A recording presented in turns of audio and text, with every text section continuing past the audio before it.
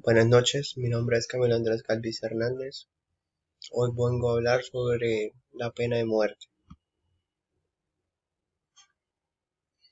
El propósito de mi trabajo es que una vez que el lector lea el escrito argumentativo y escuche mi exposición oral, logre comprender un poco acerca del asunto de la pena de muerte y por qué debería reinstaurarse en Colombia, ya que en lo que mi opinión respecta, concuerdo con que la apliquen en determinados casos.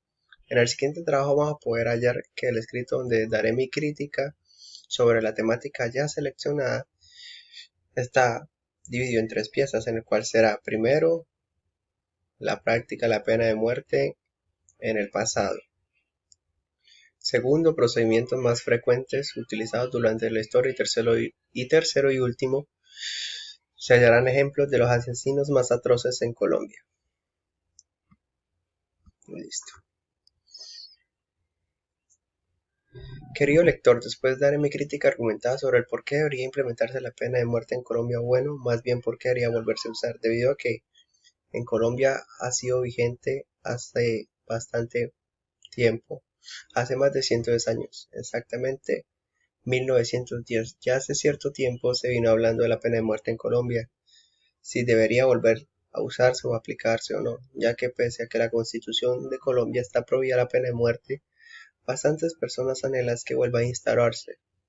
Y es que es un asunto bastante delicado, el cual produce opiniones divididas. Previo a dialogar de la pena de muerte en Colombia, debería tenerse presente que la pena de muerte se ha presentado desde la antigüedad y se ha practicado en diversas ciudades, utilizando procedimientos tanto rápidos como la decapitación, fusilamiento o procedimientos fuertes y lentos y llenos de tortura como el empalamiento o cualquier tipo de atrocidad llevada a cabo por el Santuario o la Santa Inquisición.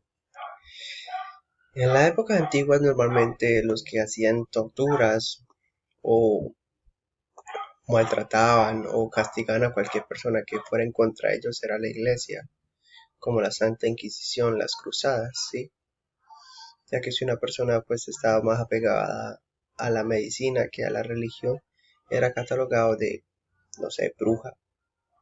Si estaba en contra de ciertos principios que tenía la iglesia ya, se, se le decía traidor y de una vez eran fusilados o quemados. Era pagado con pena de muerte. Dichos y otros procedimientos se han usado por medio de la historia para infligir dolor a la víctima por un delito cometido, castigos a prisioneros de guerra y que en ciertos territorios todavía se practican. Podemos hablar de las primeras, segundas guerras mundiales, de cómo torturaban a los soldados de los otros equipos, de los otros bandos de la guerra. Obviamente hubo mucha gente inocente muerta, pero cómo se maltrataban a los judíos por parte de los nazis. En la actualidad, como tenemos más variedad, como las inyecciones o sillas eléctricas o cámaras de gas, en donde la víctima tiene una muerte pues instantánea y algo más humanitario. En Colombia se derogó la pena de muerte en 1910, luego de diversos intentos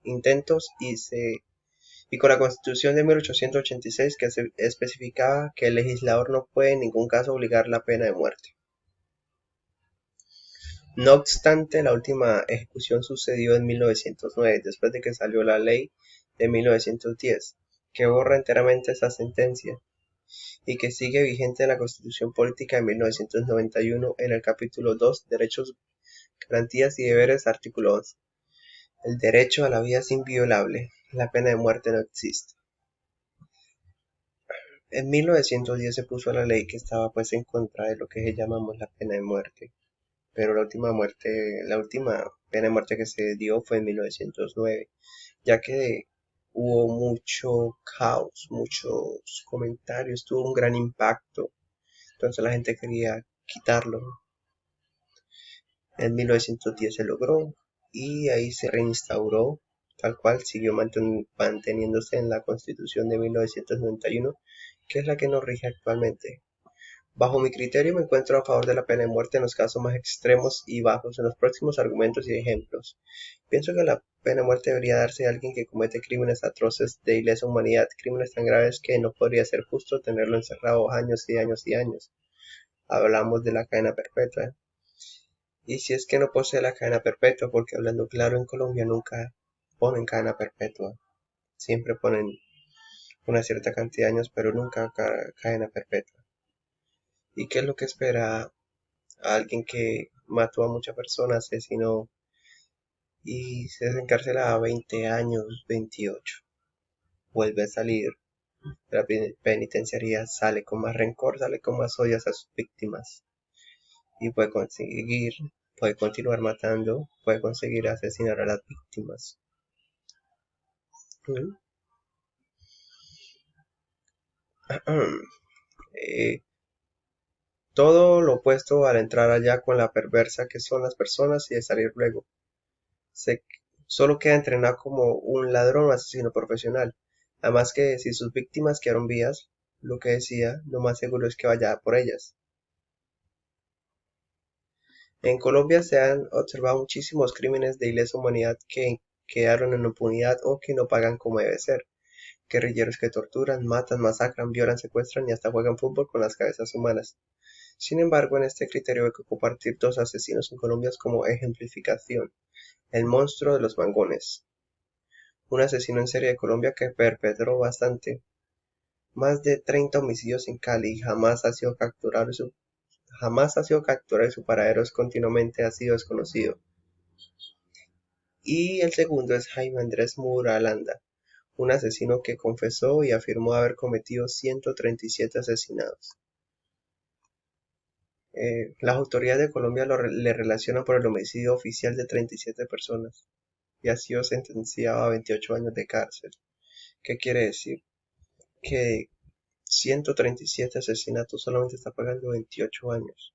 O sea, ni siquiera ven a la mitad.